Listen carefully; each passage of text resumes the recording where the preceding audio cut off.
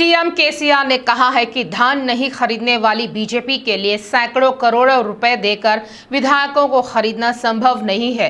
तेलंगाना सरकार को अस्थिर करने की साजिश रचने वाली बीजेपी को लोग मतदान के जरिए सबक सिखाने में समझदारी दिखाएंगे। सीएम ने कहा है कि अगर मुनुगोडु उपचुनाव में बीजेपी की जीत होती है तो यहाँ मनमानी सत्ता होगी, लोगों के साथ अन्याय होगा, गैस व पेट्रोल की कीमतें आसमान छुएगी। बीजेपी के खिलाफ लड़ाई जीतने के लिए लोगों का सहयोग जरूरी है। यह सब जानकर भी बीजेपी के हाथों में तलवार देना कहां तक जायज होगा। केंद्रीय मंत्री किशन रेड्डी ने कहा है कि केसीआर की आंखों में हार का डर दिखाई दे रहा है। उन्होंने परोक्ष रूप से हार स्वीकार कर ली है। नामपल्ली में बीजेपी कार्यालय में आयोजित बैठक के दौरान किशन रेड्डी ने कहा, उन्होंने चंडूरू जनसभा में केसीआर के भाषण का विरोध किया। उन्होंने कहा है कि पार्टी दल बदल के बारे में कहने का नैतिक अधिकार टीआरएस को नहीं है। टीआरएस पार्टी दल बदल के लिए एक कैफे है। केंद्रीय मंत्री किशन रेड्डी ने सवाल किया है कि विधायकों की खरीद के मामले में एफआईआर में पैसे का मुद्दा क्यों शामिल नहीं किया गया। कांग्रेस नेता राहुल गांधी ने पार्टी के सत्ता में आने के बाद धरनी पोर्टल को बेहतर बनाने का वादा किया है। उन्होंने कहा है कि वे तेलंगाना में सरकार बनाने जा रहे हैं। सरकार और नेताओं द्वारा हड़पी गई जमीन गरीबों को लौटा दी जाएगी। 5वें दिन उत्साह के साथ राहुल गांधी की भारत जोड़ो यात्रा जारी रही। यात्रा जटचरला से शुरू हुई और शादनगर पर रुकी। उन्होंने याद दिलाया है कि टीआरएस के काले कानूनों के अलावा बीजेपी द्वारा संसद में पेश किए गए किसी भी विधेयक को पूरा समर्थन दिया है। उन्होंने आलोचना की है कि बीजेपी और टीआरएस दोनों एक ही है और वे चुनाव के दौरान इस तरह का नाटक करते हैं। ఒక్కసారి అందరూ కలిసి ఉత్తమ్ కుమార్ రెడ్డి లేపి ముందుకు తీసుకుపోయినరు। तो भाई और बहनों, ये जो यात्रा है ये सच्चा हिंदुस्तान है। ఈ యాత్ర నిజమైన భారతదేశం, హిందుస్థాన్ దేశం, जहां सब लोग एक दूसरे की मदद करते हैं। అందరూ కూడా ఒకరికొకరు సహాయ సహకారాలు అందిస్తుంటారు। हम 7-8 घंटे चलते हैं और जो भी आता है उसकी बात सुनते हैं। 7-8 గంటలు రోజుకి నడుస్తున్నాం, ఎవరొచ్చినా వారి మాట వింటున్నాం। किसान, मजदूर, युवा, माताएं, बहनें, जो भी हमारे पास आता है हम उनकी बात सुनते हैं। రైతులు, కూలీలు, మహిళలు, పెద్దలు, చిన్నలు ఎవరు మా దగ్గరకు వచ్చినా వాళ్ళ మాట వింటున్నాం। शिकायत करते हैं तो भी सुनते हैं। వాళ్ళు కంప్లైంట్ చేసినా, షికాయత్ చేసినా వారి మాట కూడా వింటున్నాం। और 7-8 घंटे सुनने के बाद हम 15 मिनट भाषण करते हैं। 7-8 గంటలు విన్న తర్వాత 15 నిమిషాలు మాత్రమే మేము మాట్లాడుతున్నాం। यही है हिंदुस्तान। ఇదే హిందుస్థాను, ఇదే భారతదేశంగా మేము భావిస్తున్నాం। जो राजनेता होता है। मध्य प्रदेश के मुख्यमंत्री शिवराज सिंह चौहान ने कहा है कि दैनिक जीवन में ध्यान और योग का अभ्यास करने से आश्चर्यजनक परिणाम प्राप्त होते हैं। सहज मार्ग आध्यात्मिक संस्था के निमंत्रण पर शिवराज सिंह चौहान दंपति रंगारेड्डी जिला नंदीगाम मंडल के कान्हा शांति वनम पहुंचे।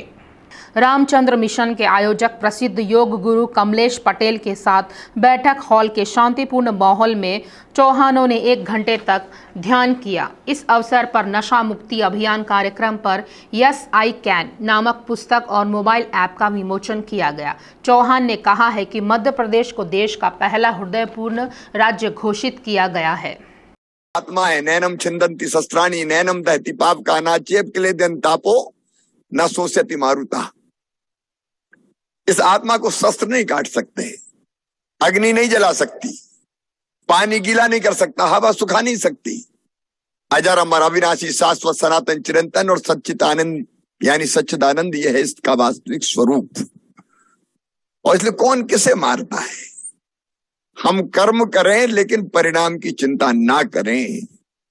जैसे पानी में कमल का पत्ता रहता है, पानी में रहते हुए भी पानी से गीला नहीं होता, वैसे ही हम कर्म तो करें लेकिन परिणाम के फेर में ना फंसे। जो लोग नशे में उनकी पकड़ नहीं आ गई है, लेकिन ऑर्डिनरी आदमी जो यदि करेगा इतना ही तो उसको अट्रैक्शन नहीं होगा ड्रग्स की तरफ कि इधर उधर नजर नहीं जाएगी उनकी, तो वो भी बड़ा कंट्रीब्यूशन होगा। तो इसका टाइटल हमने रखा है कि यस आई कैन, उससे बड़ा पॉजिटिव है। मंत्री केटीआर ने आरोप लगाया है कि केंद्र में सत्तारूढ़ भाजपा को कोमटी रेड्डी राजगोपाल रेड्डी की खरीद फरोख्त के कारण मुनगोड़ निर्वाचन क्षेत्र में उपचुनाव हो रहे हैं। उन्होंने कहा है कि केंद्र सरकार से बड़ा ठेका मिलने के बाद ही राजगोपाल रेड्डी ने पार्टी बदली है। ऐसा कहा जाता है कि राजगोपाल रेड्डी को ठेका देने के पीछे की मंशा को समझा जा सकता है, क्योंकि वह अडानी जैसे बीजेपी के करीबी भी नहीं हैं। उन्होंने कहा है कि खुद राजगोपाल रेड्डी ने भी ठेका मिलने की बात स्वीकार की है। केटीआर ने आलोचना की है कि उन्होंने अपने हितों के अलावा कभी भी निर्वाचन क्षेत्र के विकास की परवाह नहीं की है। उन्होंने आरोप लगाया है कि बीजेपी नेता मुनगोड़ उपचुनाव जीतने के उद्देश्य से करोड़ों के नोट भेज रहे हैं। केंद्रीय चुनाव आयोग ने कोमटी रेड्डी राजगोपाल रेड्डी को नोटिस जारी किया है। Sushri infra and mining limited company से 5 करोड़ 24 लाख रुपए ट्रांसफर करने की शिकायत मिलने के बाद कोमटी रेड्डी राजगोपाल रेड्डी को आज शाम 4 बजे से पहले जवाब देने का निर्देश दिया है। टीआरएस महासचिव सोमा भरत ने केंद्रीय चुनाव आयोग से शिकायत की है कि राजगोपाल रेड्डी ने पिछले उपचुनावों में मतदाताओं को प्रभावित करने के लिए उनके खातों में पैसे ट्रांसफर किए थे। शिकायत में कहा गया है कि इस महीने की 18 और 29 तारीख को Sushri infra and mining limited company के माध्यम से मुनगोड़ विधानसभा क्षेत्र के 23 अलग अलग व्यक्तियों और कंपनियों को स्टेट बैंक ऑफ इंडिया के खाते से पैसा ट्रांसफर किया गया। मेयर गढ़वाल विजयलक्ष्मी ने बंजारा हिल्स के एनबीटी नगर में स्पोर्ट्स कॉम्प्लेक्स की आधारशिला रखी। इस स्पोर्ट्स कॉम्प्लेक्स का निर्माण 6 करोड़ की लागत से किया जा रहा है। मेयर ने कहा है कि इससे कई लोगों के खेलकूद का सपना पूरा होगा। 1 लाख वर्ग फुट की जगह के लिए संघर्ष के बाद उन्होंने कहा है कि लोगों के उपयोग के लिए 3 मंजिला इमारत का निर्माण किया जा रहा है। मेयर ने लोगों से इंडोर स्पोर्ट्स कॉम्प्लेक्स को पूरा करने में योगदान देने को कहा।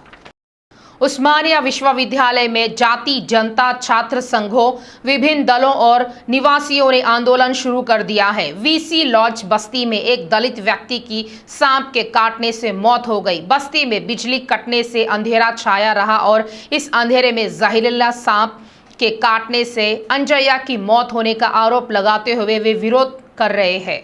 आरोप लगाया गया है कि यूनिवर्सिटी के अधिकारियों की लापरवाही के चलते यह हादसा हुआ है। झुग्गियों में बिजली के कटने के कारण परिसर में अंधेरा छा जाता है।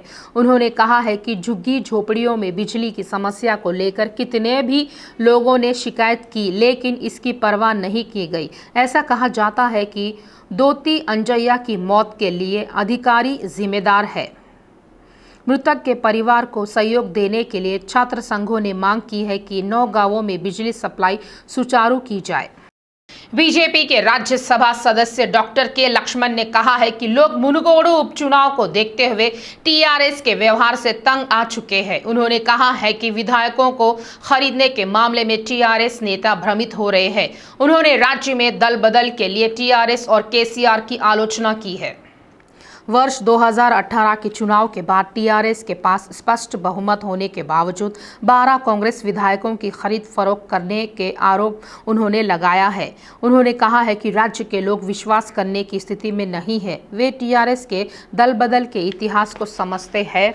उन्होंने स्पष्ट किया है कि बीजेपी में अन्य दलों के विधायकों को उनकी पार्टी के चिन्ह पर इस्तीफा देकर चुनने की परंपरा है। लक्ष्मण ने आलोचना की है कि केसीआर मुनगोड़ में हार के डर से काम कर रहे हैं। पटान चेरुवु विधायक गुडेम महिपाल रेड्डी विभिन्न सांस्कृतिक परंपराओं का घर कहे जाने वाले पटान चेरुवु में एक और बड़ा आयोजन करने जा रहे हैं। बड़ी भक्ति के साथ आयोजित होने वाली छठ पूजा के अवसर पर उत्तर भारतीयों ने बड़ी व्यवस्था की है। उन्होंने कहा है कि भोजपुर अभिनेता केसरी लाल यादव के नेतृत्व में स्थानीय मैत्री मैदान में सांस्कृतिक कार्यक्रम का आयोजन किया गया। वरिष्ठ पत्रकार तेलकापल्ली रवि ने कहा है कि तेलुगु सिनेमा के क्षेत्र में कई महान अभिनेताओं में आए सूर्यकांतम की जगह कोई नहीं ले सकता। उन्हें अपने स्वाभाविक अभिनय के साथ शीर्ष अभिनेताओं एनटीआर और एएनएनआर के कला गुणों का संगम देखा जा सकता है। संक्रांति संस्था के तत्वावधान में सूर्यकांतम की 98वीं जयंती के अवसर पर उनके नाम पर स्मारक पुरस्कार फिल्म अभिनेत्री शिव पार्वती को बीसी आयोग के अध्यक्ष वकुलाभरणम कृष्णमोहन के साथ प्रदान किया गया। वकुलाभरणम ने कहा है कि प्रतिभाशाली अभिनेताओं को पहचानना और उन्हें पुरस्कार देना सराहनीय है। राहुल गांधी की भारत जोड़ो यात्रा के सम्मान में संगारेड्डी जिले के पटानचेरू में तनाव फैल गया, जहां कांग्रेस वरिष्ठों ने पदयात्रा से संबंधित दीवार पोस्टर लगाए, वहीं टीआरएस नेताओं ने प्रतिस्पर्धा में पोस्टर लगाए हैं। इसने दोनों पार्टी नेताओं के बीच वाक युद्ध शुरू कर दिया है। पटानचेरू कांग्रेस पार्टी के प्रभारी काटा श्रीनिवास गौड़ ने इसी घटना को लेकर पुलिस में शिकायत दर्ज कराई है। टीआरएस के तमाम नेता इस बात पर गुस्सा जाहिर कर रहे हैं कि उनकी पार्टी द्वारा लगाए गए पोस्टरों पर उनके पोस्टर लगाए जा रहे हैं। वर प्रसाद रेड्डी ने कहा है कि ले वॉटेज पब में अवैध रूप से शराब बेची जा रही है। बार लाइसेंस पहले ही समाप्त हो चुका है और सरकार के कोरोना के कारण शराब लाइसेंस के नवीनीकरण पर रोक लगा दी थी।